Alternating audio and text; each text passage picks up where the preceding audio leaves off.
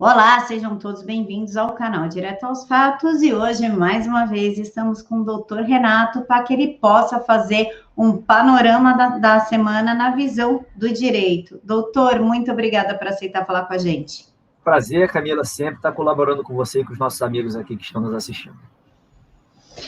Doutor, nós tivemos na quinta-feira, na quarta ou na quinta, agora na quinta, a notícia que por 8 votos a 3 o Supremo rejeitou o recurso que buscava reverter a anulação das condenações de Lula.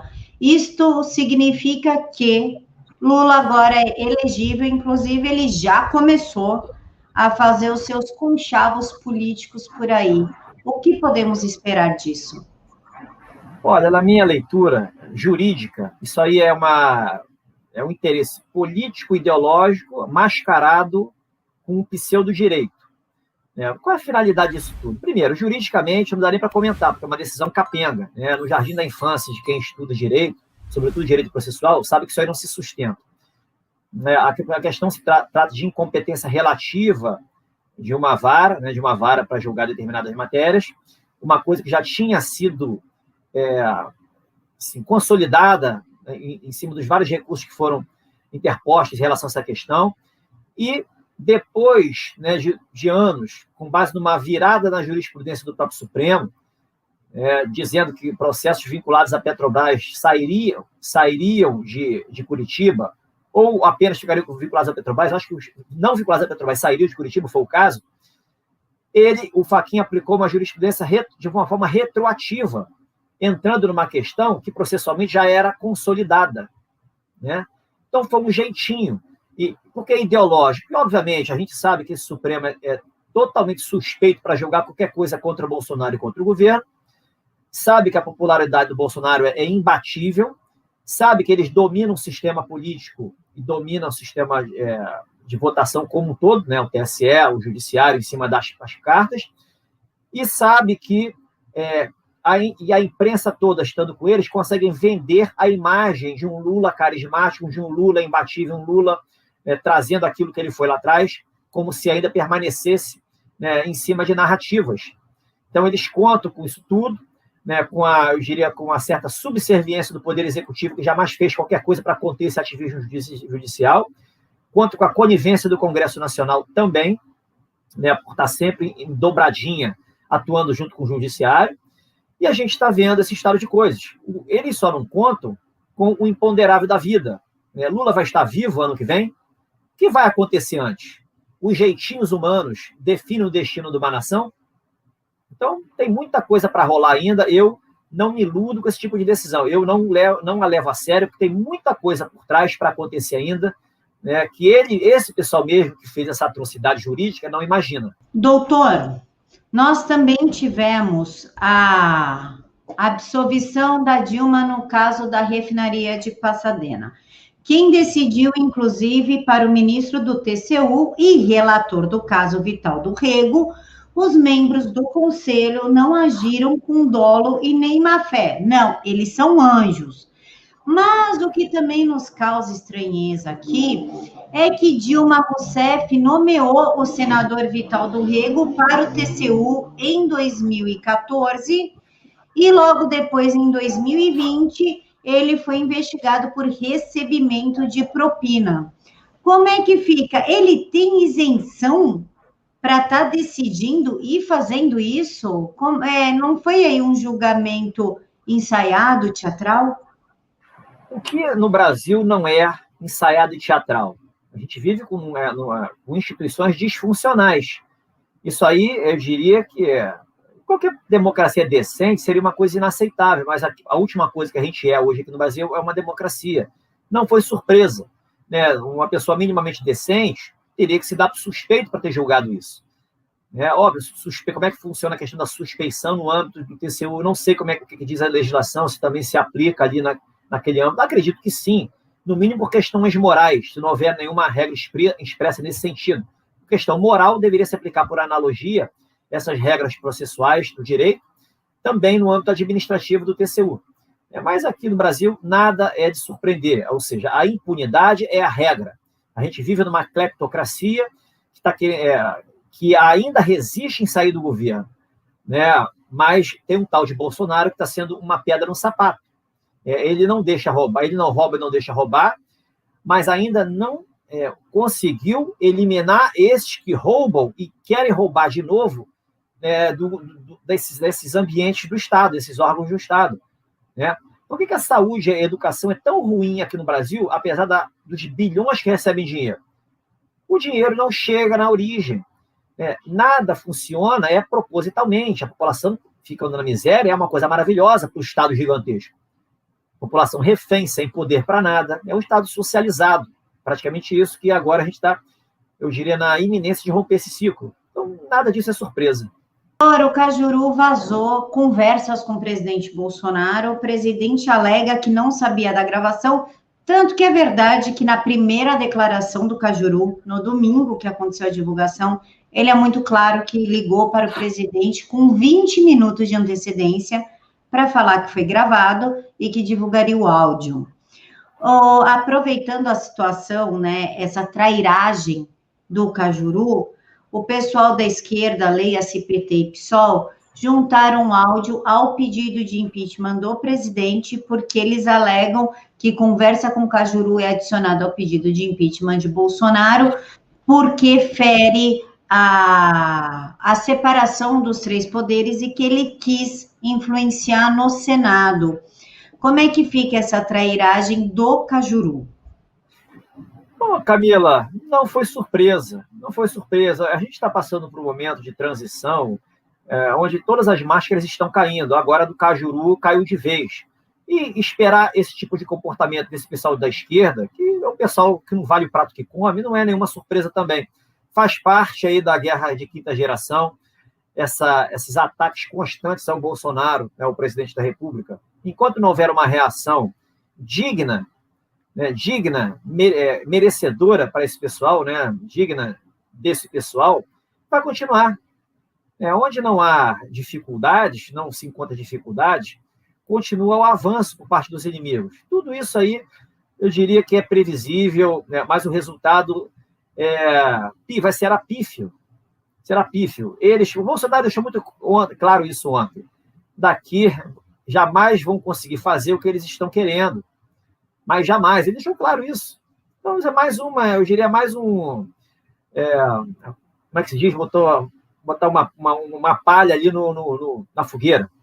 Não vai dar em nada. Doutor, nós também tivemos o Senado abrindo uma frente parlamentar contra o armamento. É a frente parlamentar pelo desarmamento. Essa frente parlamentar se montou após a Rosa Weber vedar algumas partes do decreto do presidente, anular. E agora o parlamento, o Senado, ele quer falar para o cidadão que ele não pode ter arma. Criada por uma proposta da senadora Elisiane Gama, do Cidadania, a frente tem como finalidade promover, debater sobre o tema no Congresso Nacional, propor solução para reduzir as armas no país e promover e difundir a cultura do desarmamento e a conscientização dos riscos sociais e institucionais da cultura desarmamentista. O que me chamou a atenção nesse projeto dela, nessa proposta, é que não tem em parágrafo nenhum como eles vão desarmar o bandido, pacificar as organizações criminosas e nem como eles vão disponibilizar um segurança armado para cada cidadão da população, assim como essa senadora tem, a Elisiane, ela tem uma segurança particular armada. Isso lá não está determinado como isso chegará à população. Como o senhor vê um Senado que é contra a população se defender, enquanto bandidos estão fortemente armados e muitos deles com respaldo do judiciário? Camila, a solução para o Brasil não passa pela política e não passa pelo judiciário. Isso aí tem que ficar claro e as pessoas têm consciência disso. O que o Senado está... Isso aí eu diria que é uma atitude... Sabe aqueles jogos de criança? Não, você está aprendendo, você é café com leite. O que você está fazendo não vai valer. Isso aí eu diria que é uma decisão política café com leite. Na hora que Bolsonaro se impuser como chefe de Estado, isso aí se resolve para ontem. Qualquer questão que queira proibir o armamento, ela está vedada de ser discutida politicamente, porque foi definido em 2005 pelo referendo que a população é contra o desarmamento, foi definido. Então, aquele referendo, por si, ele revogou, no mínimo, os artigos 6º e 35 da Lei do Desarmamento. O artigo 35 é o que proíbe o comércio de armas, e o artigo 6º é o que especifica detalhadamente quais são as únicas profissões que podem usar arma. Esses 2 artigos estão revogados pelo referendo. Isso está na lei, acho, 9709 de 98, se não me engano, que fala dos mecanismos de democracia direta, referendo, plebiscito, iniciativa de lei, iniciativa popular de lei. Está expresso o artigo 2º, parágrafo 2º.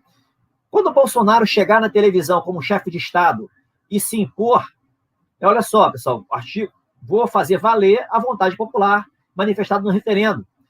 Vou aqui usar a minha postura de chefe de Estado, que está se tentando causar uma desordem no país, criando dúvidas na população sobre o exercício da legítima defesa, e eu aqui, como chefe de Estado, estou dizendo para vocês o seguinte: o armamento, a partir de amanhã, está liberado de acordo com um decreto tal que será publicado também amanhã. Por quê? Porque eu estou regulamentando a legítima defesa, que é um direito no artigo 25 do Código Penal. É um direito inato, uma garantia inata do cidadão, uma cláusula pétrea, a legítima defesa. Então não é Senado, não é Judiciário que vai bloquear isso. Falta uma postura de quem tem o poder efetivo de fazer valer a vontade popular, que ele representa a população efetiva, o poder constituinte originário, que está acima do próprio direito. Então precisa esperar a população tocar fogo no país por inconformismo para se tomar uma decisão? Não se precisa. Precisa ter consciência do poder do chefe de Estado para cortar o mal pela raiz, vindo de políticos que estão se lixando para os direitos fundamentais e para a própria população, que vivem numa bolha, certos da impunidade, nessa parceria com o judiciário. É isso que está faltando. Conscientização. Mas que isso aí é fácil de acabar, eu não tenho a menor dúvida. Doutor, nós também fomos agraciados com um projeto de lei no dia 13/4, que prevê o uso de bem particular pelo Estado com a desculpa de combater o vírus chinês, o flangoflito. O projeto ele é do Arlindo Chinaglia, claro que do PT. O projeto diz o seguinte: ele prevê a possibilidade de requisição administrativa de bens, serviços e insumos de saúde de propriedade particular para o uso pelo poder público em atividades de combate à pandemia do flangoflito. A proposta ainda está em tramitação na Câmara, só que acontece que já tem estados do Nordeste se utilizando disso. Nós já demos aí o primeiro passo para o fim da propriedade privada e do socialismo? Eu diria, Camilo, que isso aí apenas reforça a ficha corrida de todos esses políticos que vão sair de cena muito em breve. Todos esses subestimam o Bolsonaro e as Forças Armadas. Todos esses se acham intocáveis. O que está acontecendo? Isso é crime, é um projeto criminoso. Você atenta contra a propriedade privada, atenta contra a cláusula pétrea, que significa um atentado ao regime vigente, por meio de uma lei criminosa. Esse é o artigo 17 da Lei de Segurança Nacional. Você enquadra esse pessoal todo aí. Então, todos que estão atentando contra isso, eles terão um destino certo. A gente tem que ter confiança no que, eu diria, nos nossos salvadores da pátria, por mais que Bolsonaro diga que não seja. Ele sempre frisa, imagine o PT e o PDT se fossem presidentes aqui do país. Já seríamos uma Cuba, uma Venezuela. Mas ele está lá, como o nosso bastião, ele e as Forças Armadas. Então, a gente tem que ter confiança. Isso aí não passa. Isso aí não passa. O que está acontecendo em Sergipe, por exemplo, é uma aberração. Está acontecendo lá no Ceará, houve uma desapropriação, quase que uma expropriação de um hospital, não sei nem se foi desapropriação ou uma expropriação, uma expulsão mesmo. Suponho que tenha sido uma desapropriação, se é menos drástica. Mas isso vai acabar. A gente não pode crer que o Brasil será um país comunista. Isso não faz sentido. O Bolsonaro deixou claro isso ontem no discurso dele, no final da live. Eles não vão concretizar o que eles estão querendo, nunca. Deixou claro. Apenas por que estão avançando tanto? É a dúvida que todos têm. Por que estão avançando tanto? Se a gente tem uma justificativa plausível, a gente tem uma tolerância maior. Quando a gente não encontra essa justificativa plausível, a intolerância ela acaba dominando as nossas manifestações, e é mais ou menos isso que está acontecendo. A divisão de pessoas da direita é muito em função disso. Tolerância e intolerância em relação ao não fazer, em relação às posturas do governo do Bolsonaro, dos militares. Então, essa é a disputa hoje dentro do campo da direita. Então, em função da não compreensão do que está por dentro da cabeça do Bolsonaro e dos militares, diante de tantas aberrações. Doutor, falando em aberração, nós tivemos outra e que chamou muito a atenção, e eu gostaria realmente que o senhor explicasse a história da Carmen Lúcia, porque isso criou uma confusão gigantesca, porque alguns advogados dizem que não, que isso é normal, faz parte do procedimento interno do Senado, e que se o Arthur Lira quiser responder, ele responde, se não, arquiva-se. Outros dizem que não, que isso é uma sinalização do STF falando para a Câmara que quer que paute, lembrando que semana passada, na quarta-feira, o Marco Aurélio, em entrevista por Metrópole, falou que está na hora da Câmara pautar o pedido de impeachment do presidente. Eu gostaria que o senhor explicasse justamente isso. A Carmen Lúcia deu 5 dias para o Arthur Lira explicar a não abertura do processo de impeachment do Bolsonaro. Isso faz parte das prerrogativas dela, internas ali, do STF, isso está correto ou não? Isso foi uma manipulação que eles fizeram, uma manipulação jurídica que eles fizeram para falar para a Câmara. Agora, igual fizeram com o Senado na CPI do Covid. Olha, o direito hoje é manipulação, sobretudo porque se vendeu a ideia de que o tribunal tem a última palavra sempre. Então, não importa o que o tribunal faça com o direito, se manipula princípios, se manipula semanticamente o significado das palavras, se inventa regras inexistentes, se usurpa a competência. Então, se criou quase que deu quase um poder absoluto, eu diria absoluto hoje, para os ministros, em função de uma doutrina capenga que se ensina acriticamente e todos acreditam como que seja verdade. Você vê analistas, os jornalistas da Jovem Pan fazendo análise, dando comentários a respeito, eles estão perdidos, eles não sabem o que estão falando. Defendendo a Carmen Lúcia, falando que ela agiu de uma forma correta. Não, ela não agiu de uma forma correta. Existe, primeiro, a independência entre os poderes. Como é que uma ministra vai exigir uma resposta do presidente da Câmara dos Deputados se ela não tem uma competência expressa determinando isso? Não existe uma lei expressa dizendo que ela pode fazer isso. Ela criou da cabeça dela, porque ela conta com a impunidade, com essa ideia de que ela pode tudo por se achar uma senhora suprema. Isso não está escrito em lugar nenhum. Segundo, a questão é política, é estritamente política. Né? Nada obriga o Arthur Lira a colocar para frente qualquer pedido de impeachment contra o presidente da República se não houver um crime de responsabilidade materializado efetivo. E a gente sabe que o único que respeita a Constituição hoje é o Bolsonaro. Terceiro, o advogado que fala que a ministra agiu certo, ele é uma avalista dessa podridão que a gente vive. Ele é avalista da ditadura da toga. Ele não sabe o que está dizendo. Né? Ele não sabe o que está dizendo. Ou é maldoso. Não há outra justificativa. Então, assim, o que a Carmen Lúcia fez foi invasão de competência, ela deixou uma sinalização de que o Supremo vai partir para cima do Bolsonaro. E tem mais detalhes aí.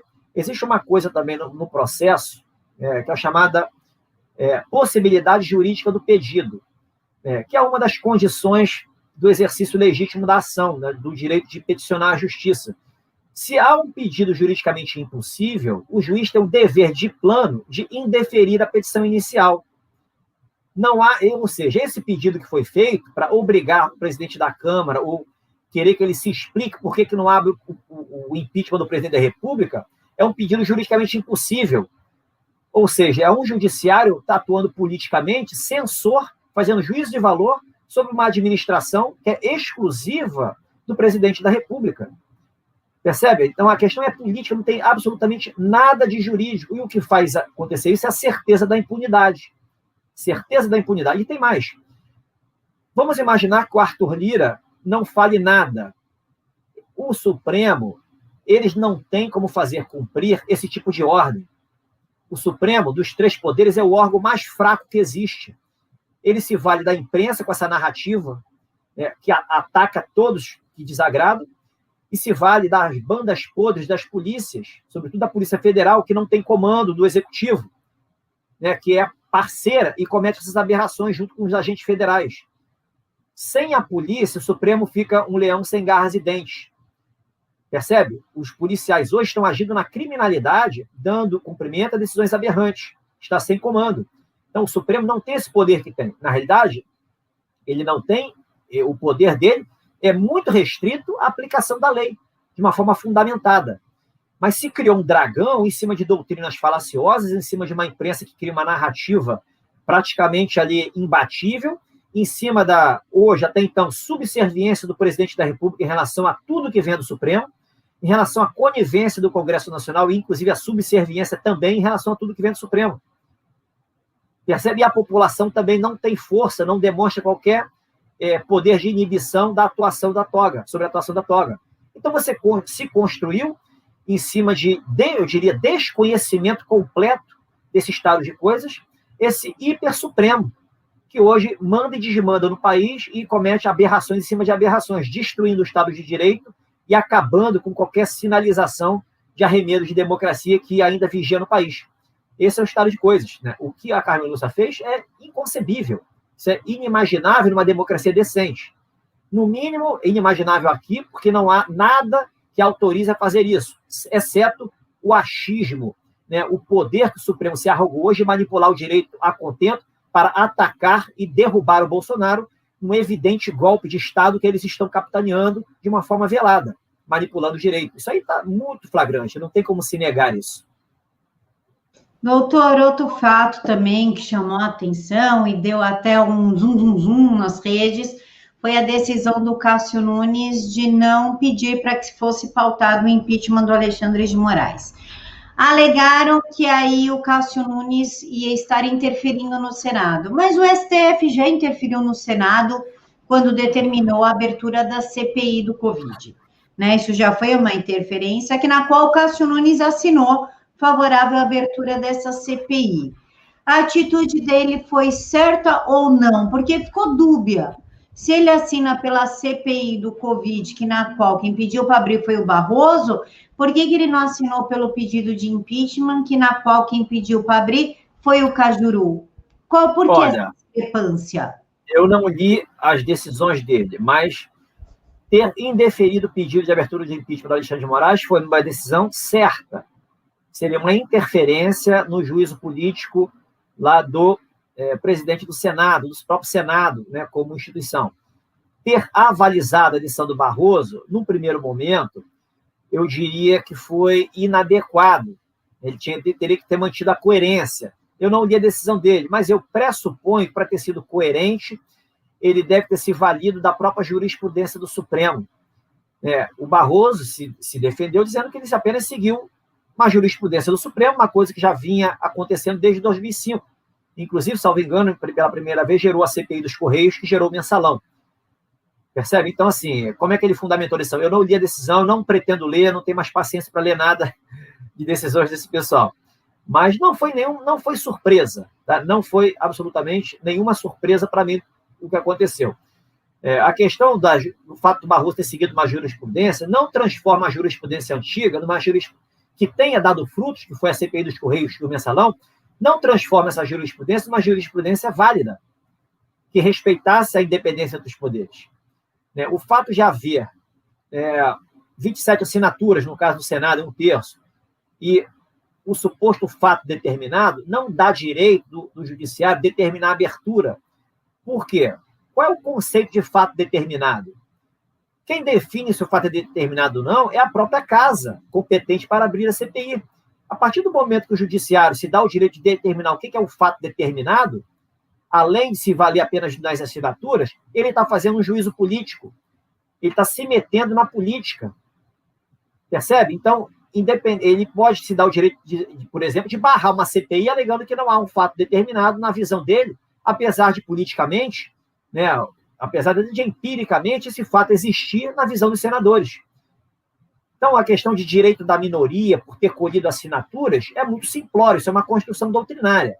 Um direito da minoria existe se houver uma lesão específica, um direito específico, um direito determinado. Uma minoria assim, identificável, uma minoria que realmente esteja sendo agredida, como, por exemplo, seria uma minoria realmente vítima de um racismo, vítima de uma violência específica que esteja pautada no Código Penal, pessoas identificáveis. Não falar numa minoria difusa, né, uma minoria indeterminada, isso é coisa de doutrina, né, onde, com base nesse direito da minoria, você dá voz a todos esses esquerdistas que querem, para continuar atacando o governo por meio do ativismo judicial e fazendo esse estardalhaço, né, impedindo que o país ande para frente, que fique estagnado. Então, a decisão do Barroso foi terrível, nitidamente politicamente persecutória em relação ao Bolsonaro, né, interferiu grosseiramente no poder legislativo. A dizer que apenas aplicou uma jurisprudência anterior, eu diria que é uma decisão ali para leigos compreenderem, né, para leigos, para as pessoas que não têm a malícia dentro do direito. E, obviamente, para aqueles que avalizam essa podridão e querem a derrubada do presidente. Só esses que essa decisão espúria, eu diria, convenceu. Doutor, nós tivemos também a formação da CPI do Covidão, que se deu por Omar Assis, Randolfo Rodrigues e Renan Calheiros, filho do governador de Alagoas, pai do governador de Alagoas. E eles vão comandar a CPI na pandemia. O Omar Assis vai presidir a CPI. O vice da presidência vai ser o senador Randolfo Rodrigues, a Gazela Saltitante, o Fala Fino, o Mickey, como vocês quiserem chamar, e Renan Calheiros, o corrupto do Renan Calheiros, para a relatoria do comando da CPI. Renan Calheiros, eu quero frisar esse nome, tipo o corrupto, o caixa 2, o bandido, só está abaixo do Dirceu, do nível de bandidagem dele. Como que uma CPI dessa pode dar certo? Pode-se dizer a partidária isenta quando o Calheiros falou para o Globo que ele acha Bolsonaro errou e se omitiu na pandemia. Senador disse ao Globo que gestão do presidente até aqui foi terrível, mas ressaltou que críticas são de cunho pessoal e que a CPI será apartidária. Investigados poderão ter sigilo telefônico quebrado. Doutor, que jogo perverso é esse que está sendo montado? Eu diria que esse pessoal da CPI está no processo de autofagia. Eles não conseguem enxergar as coisas como elas deveriam ser enxergadas, né, com clareza de raciocínio, eu diria com humildade, com honestidade intelectual, enxergando que eles são meros mortais. O ser humano, ele é insignificante nesse universo maravilhoso em que a gente integra. Esse pessoal vai perder feio. O destino disso é muito previsível na minha leitura. A minha sugestão para as pessoas que estão nos assistindo, não se apeguem a isso. Isso é uma farsa. Se apeguem no que o Bolsonaro falou ontem. O que vocês estão querendo que aconteça aqui não vai acontecer, mas não vai mesmo. Se apeguem na fala final do Bolsonaro da live ontem. Esqueçam fala de Renan Calheiros, de Randolph, de qualquer um integrante nessa CPI. Isso é um teatro. É um teatro. O problema do Brasil não se resolverá com política e com toga. O problema do Brasil é muito mais evidente, as coisas são muito mais evidentes do que as pessoas querem se fazer acreditar por ser, eu diria, um sonho de consumo, né, que está aí beirando a imaginação de todo mundo. Então, confie no presidente e desapegue-se do que vocês enxergam em relação ao que se fala de CPIs, de conchavos políticos, de perseguição ao governo. Relaxem quanto a isso. Isso aí não vai dar absolutamente em nada. É a minha sugestão. Doutor, o senhor falou da fala do presidente da República. Bolsonaro disse que só Deus tira ele da cadeira presidencial e morto. Ele também falou que ele sabe quem é o câncer do Brasil. Eu sei quem são os cânceres do Brasil. O que ele quis dizer efetivamente com isso? Porque se pautar um processo de impeachment e for aprovado na Câmara e no Senado, querendo ou não, ele vai ter que sair, certo? Não, ele não vai sair. Nós não podemos confiar na base, digamos assim, né? A pessoa gosta muito de falar da base, a base. A base, a gente não pode confiar muito, tanto que a base está bem quieta com a quantidade de preso político que nós temos. Então, parece que o presidente aí está lutando sozinho, e ele deu essa declaração na famosa live de quinta-feira, e ele falou também da Carmen Lúcia, né, da notícia que a gente leu agora. O que o senhor... Eu sei que não dá para saber o que o presidente está pensando, né? Ninguém aqui é evidente, mas baseado na sua experiência, quais serão os próximos passos do presidente e o que ele espera que a população faça? Olha, na minha leitura é engraçado. Você falou uma coisa, o amigo, antes de entrar aqui nesse papo com você, ele me mandou mensagem falando exatamente isso. Bolsonaro está sozinho, está pedindo sinalização, né? Ele não está sendo mais direto. Olha, eu falei para ele o seguinte, meu amigo, vou falar a mesma coisa para você, minha amiga Camila. Vocês estão enxergando um copo com água pela metade, dizendo que o copo está meio vazio. Eu enxergo o copo meio cheio, né? Quando eu falo que o Bolsonaro não vai sair em relação ao que for decidido no impeachment, politicamente ali na Câmara e no Supremo, porque ele sabe que o direito está sendo manipulado, isso é golpe. Ele sabe que ele não cometeu crime nenhum. Então, a gente tem que presumir que ele vai aceitar toda essa patifaria que está se fazendo, essa manipulação, como sendo uma coisa constitucional.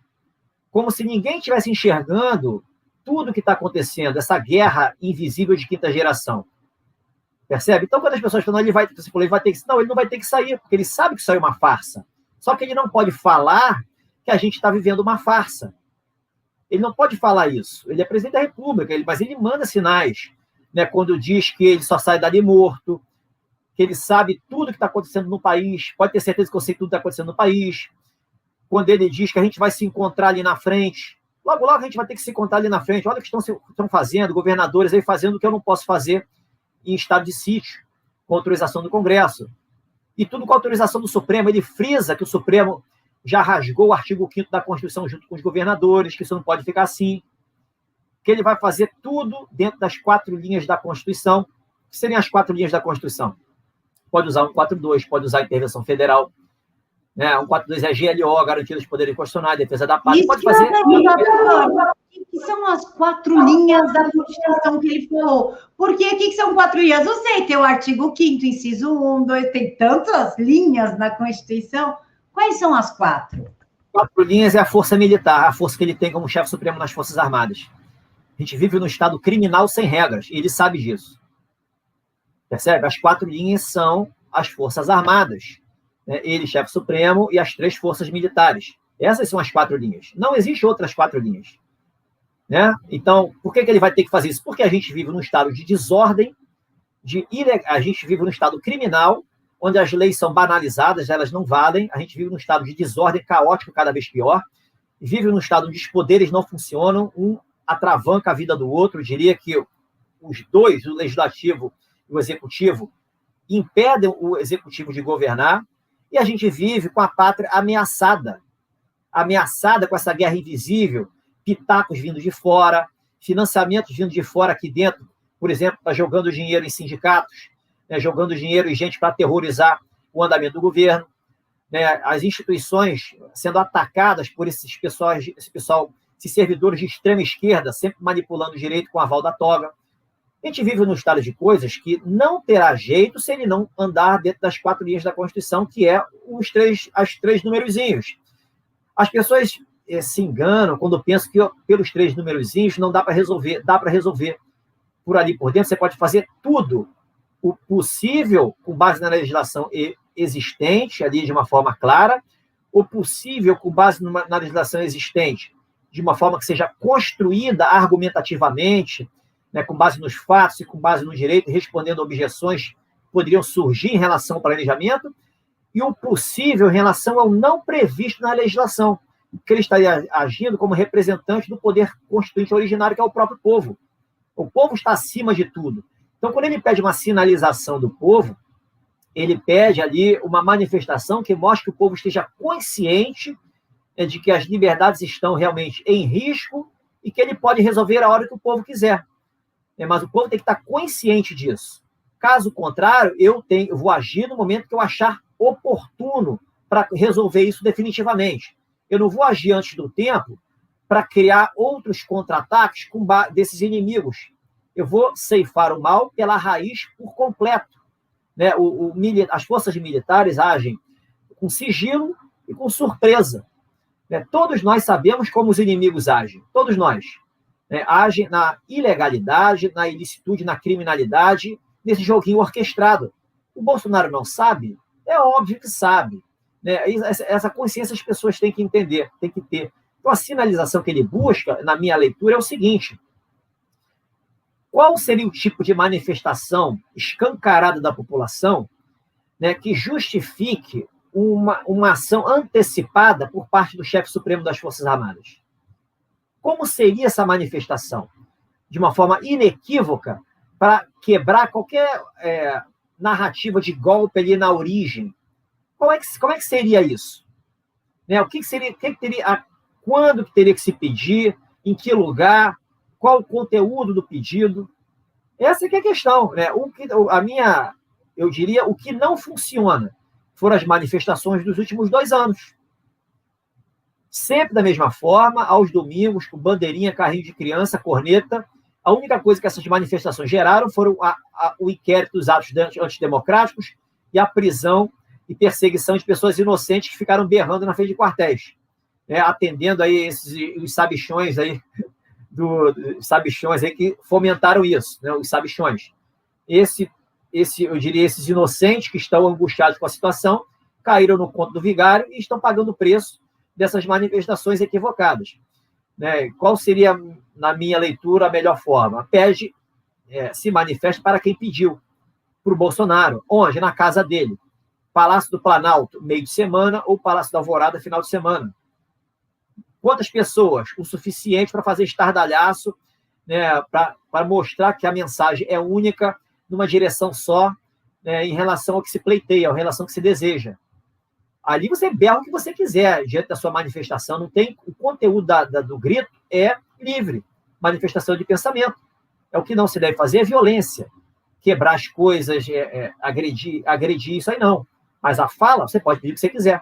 Para quem efetivamente pediu que o povo sinalizasse. Percebe? Aí nos estados e municípios, vai lá, berra, ali no redor dos ditadores, de onde os ditadores se localizam. Eles que têm que sentir a pressão da insatisfação da população. Né? Eu não vejo muito sentido em se jogar milhões, por exemplo, na Avenida Paulista, em São Paulo. É bonito você ver de cima de helicóptero, mas primeiro que isso não vai para a mídia. A mídia não divulga. Segundo, que não intimida. Intimidar quem? Os pilantras que estão tocando terror. Eles que têm que sentir medo. Não adianta, na Avenida Paulista, com esses caras avalizados pela toga, sem serem intimidados, vão continuar fazendo as mesmas coisas. Toda essa manifestação não sai na mídia, não vai para o exterior também. E o presidente sabe, já sabe que esse pessoal apoia o presidente, né, que apoia eles. Mas isso não é suficiente para o Bolsonaro agir como as pessoas querem. Isso para mim é claro. E o Einstein já dizia, né, o que é insanidade? É esperar um resultado diferente fazendo as mesmas coisas.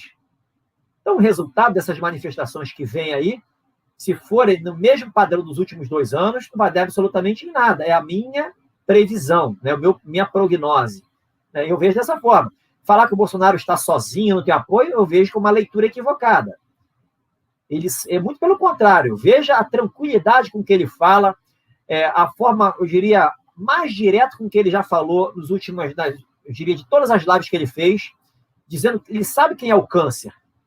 E esse câncer será extirpado no momento certo. O encontro haverá, inevitável. A forma como ele se desfez da live, né, que eles jamais vão conseguir concretizar o que eles querem, mas não vão mesmo. Ou seja, haverá um encontro. Ele falou, eu não vou nem falar o que eu penso aqui agora. Vamos deixar para o encontro, que ele virá. Então, assim, falar que o presidente está desamparado, eu diria, isso aí é uma leitura que se faz em função de crenças negativas, de uma má leitura de um contexto muito mais profundo do que ele se apresenta com base nos fatos. Se você se apega nessas evidências, que o pessoal fala, as evidências, as pessoas estão apanhando, perdendo desemprego, ninguém faz nada. O presidente sancionou leis ali capengas, foi essa 13.979, a 14.035, né, a 039. O presidente ali está pressionado pelo STF, está pressionado pelo Congresso, e está protegendo o filho, fica caindo nessa ladainha. né? Obviamente que a sensação... Não tem apoio das Forças Armadas, outra ladainha. A sensação que passa é que isso sejam crenças verdadeiras e toda leitura de fatos sejam pautadas por essas crenças. Então, pessimismo será a regra. Então, acaba toda a responsabilidade recaindo no povo, como se o Bolsonaro fosse o coitadinho e a vítima. Não é isso é mentira, isso não é verdade. Bolsonaro não é vítima, ele é o cara mais poderoso do país, o mais bem informado do país. Né? Se ele pede a ajuda do povo, é porque ele está sendo cobrado pelo povo. O povo, muitos que cobram, não confiam nele, desconfiam, acham que ele passou do ponto, já perdeu o momento da ação. Era uma sinalização que eu faço que vocês querem. Então, a leitura é diferente. O povo está cobrando, sinalize, mas sinalize da forma certa que ele vai fazer o serviço. Não está sinalizando, tudo bem, na hora que for o encontro ocorrerá. Mas vocês não vão me tirar daqui como vocês pensam que vão tirar. Mas não vão mesmo, ele deixou claro. Então tem que saber ler as coisas de uma forma mais sofisticada, trazendo tudo para o quebra-cabeça de 5.000 peças, e não tentando montar um de 100 e sair fazendo juízo de valor. Então, eu estou muito tranquilo em relação ao que o Bolsonaro está fazendo. Eu diria, por que ele está deixando acontecer isso? Numa guerra, às vezes você não pode agir como gostaria, às vezes você tem que ceder um pouco para, quando agir, fazer um serviço bem feito. Percebe? Então eu vejo isso, é um preço que está tendo que ser pago por alguma razão que eu desconheço. Né? Por isso que eu tenho a minha íntima certeza quando acontecer alguma coisa, terá que ser tão impactante que justifique retroativamente tudo que está acontecendo.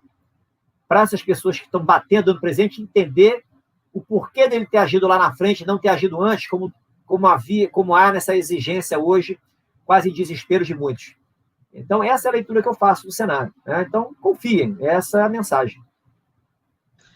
Doutor, falando em interferência no Senado, no dia 10/4, que foi pouquíssimo divulgado, na verdade, eu achei ainda essa matéria por susto, saiu na UOL de que o Supremo Tribunal Federal estava procurando senadores, indo ao Senado, abordando senadores, para que não vote no nome de André Mendonça para a próxima vaga do Supremo. Eles estão abordando e pedindo, não coloque o André Mendonça, não aprove o nome do André Mendonça.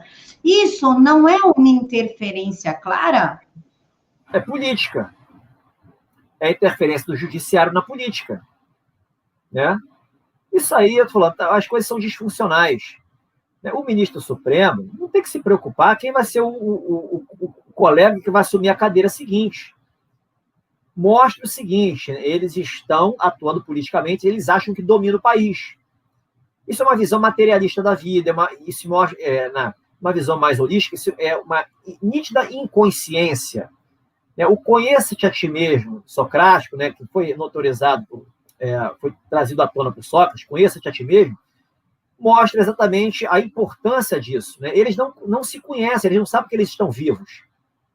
Não sabem de onde vieram, não sabem para onde vão. Hoje eles vivem no mundinho deles, nessa bolha, e eles atuam nessa bolha. Então, o que está acontecendo não é nada, nenhuma aberração aos olhos deles. Pode ser aos nossos olhos, mas aos olhos deles não é aberração. Será o André Mendonça o próximo indicado pelo presidente? Não sei.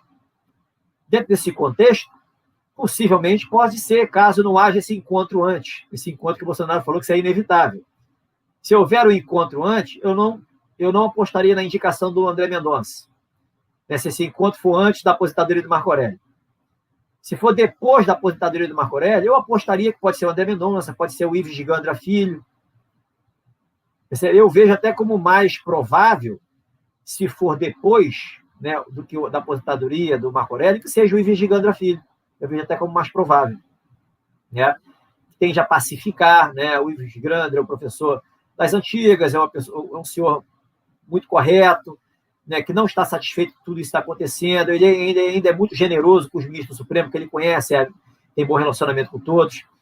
Então, assim, eu vejo ali o Ives de Gandra Filho para esse momento, caso o encontro com o Congresso, com o Supremo, com o encontro com o acerto de contas não ocorra antes da aposentadoria, eu vejo o Ives Gandra como um bom nome, mas talvez o nome mais adequado a esse momento.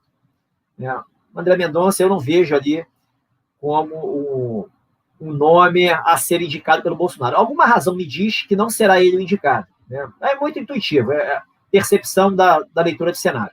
Doutor, para a gente finalizar, temos a notícia de que a vacina antipeste chinesa na Venezuela só será aplicada nos portadores do carnê da pátria.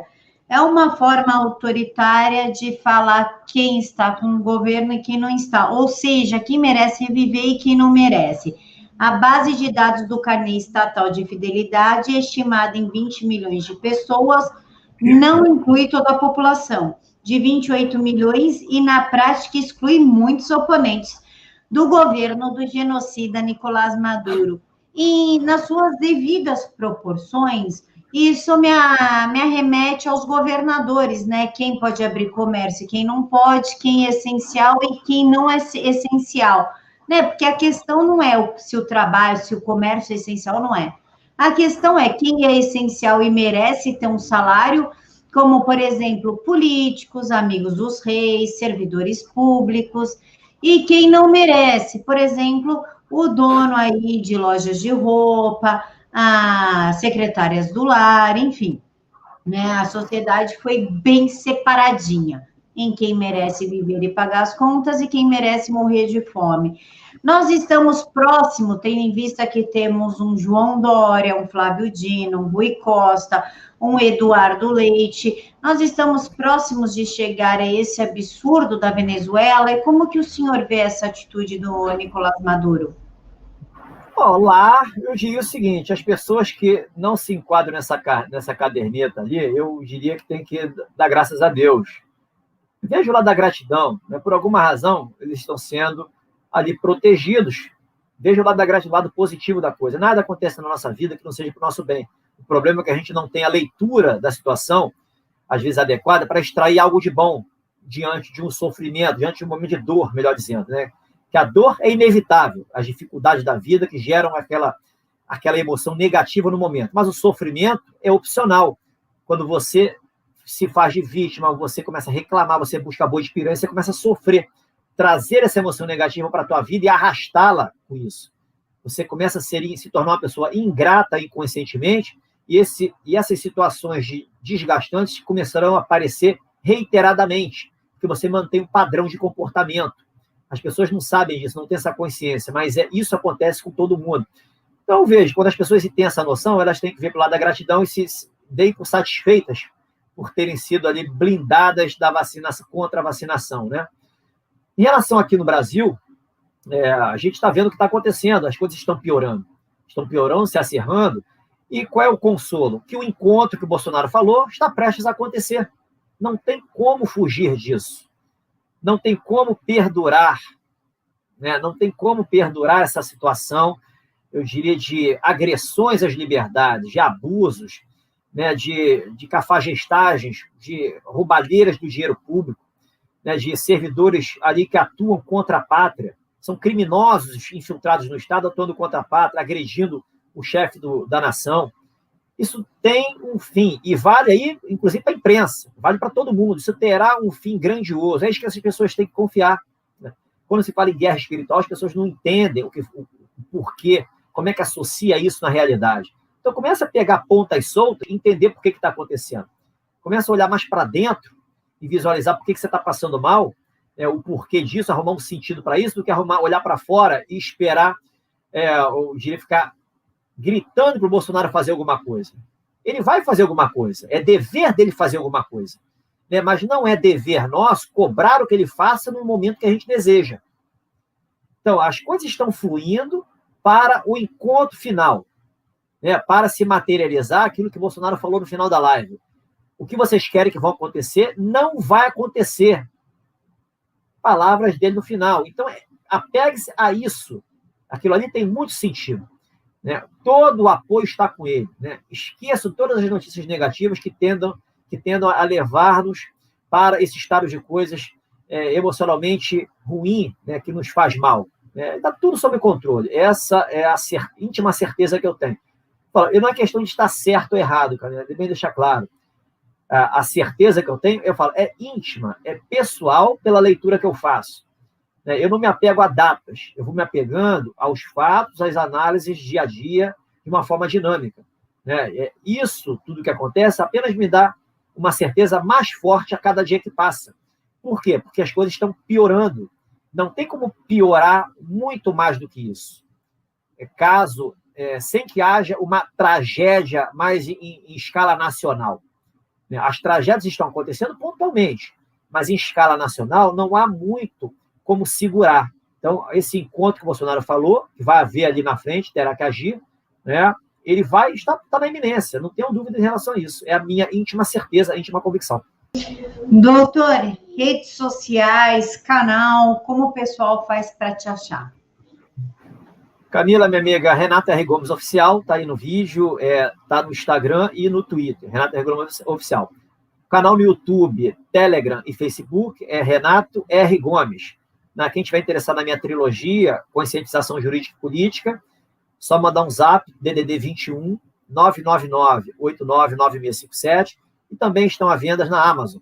Na Amazon.com.br estão em formato e-book, e Amazon.com, que é a Amazon americana, estão em livros físicos tradicionais. Mas, por enquanto, está sendo mais vantagem comprar comigo, enquanto eu tenho aqui meu estoque que está sendo finalizado, vai autografado e é um valor um pouco mais em conta. O canal, na verdade, vocês nem precisam esquentar a cabeça, porque está aqui, ó, é o primeiro nome, tá bom? Primeiro link é o canal do doutor. Doutor, muito obrigada pela paciência, por ter seguido com a gente aqui até o final. Sempre um prazer, Camila, gosto muito de você, gosto muito do seu trabalho e obrigado aos amigos que estão aqui nos assistindo até agora. Pessoal, muito obrigada por nos ter assistido. Encontro vocês amanhã com Ivan Kleber no Giro Internacional. Fiquem todos com Deus e até mais.